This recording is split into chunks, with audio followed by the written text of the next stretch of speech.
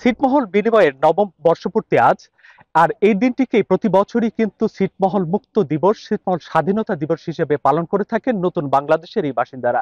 আমি এই মুহূর্তে রয়েছি পঞ্চগড়ের গারাতি ছিটমহলে। এই ছিটমহলেই কিন্তু আজ এই দিনের যে আনুষ্ঠানিকতা সেটি শুরু হয়েছে, এবং আমরা দেখেছি তারা জাতীয় সঙ্গীত গেয়ে জাতীয় পতাকা উত্তোলন করছেন, এবং এই ছিটমহল আন্দোলনের সাথে যারা জড়িত ছিলেন তাদের প্রয়াত আত্মার শান্তি কামনা এবং তাদের স্মরণে কিন্তু শহীদ মিনারে তারা পুষ্পস্তবক অর্পণ করেছেন।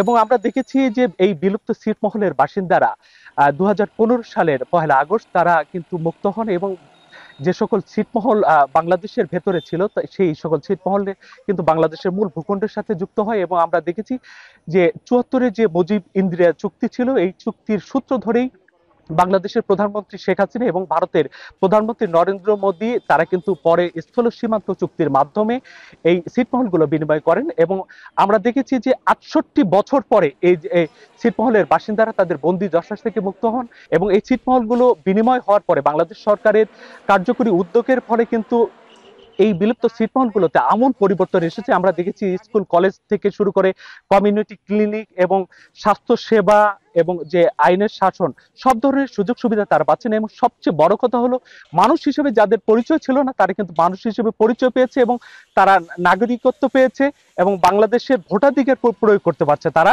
তাদের একটি দাবি রয়েছে, তারা দাবি জানিয়েছেন যে এই ছিটমহল বিনিময়ের দিনটিকে যেন জাতীয়ভাবে ছিটমহল স্বাধীনতা দিবস ঘোষণা করা হয়, এবং এই দাবি কিন্তু প্রতি বছর তারা জানিয়ে আসছেন।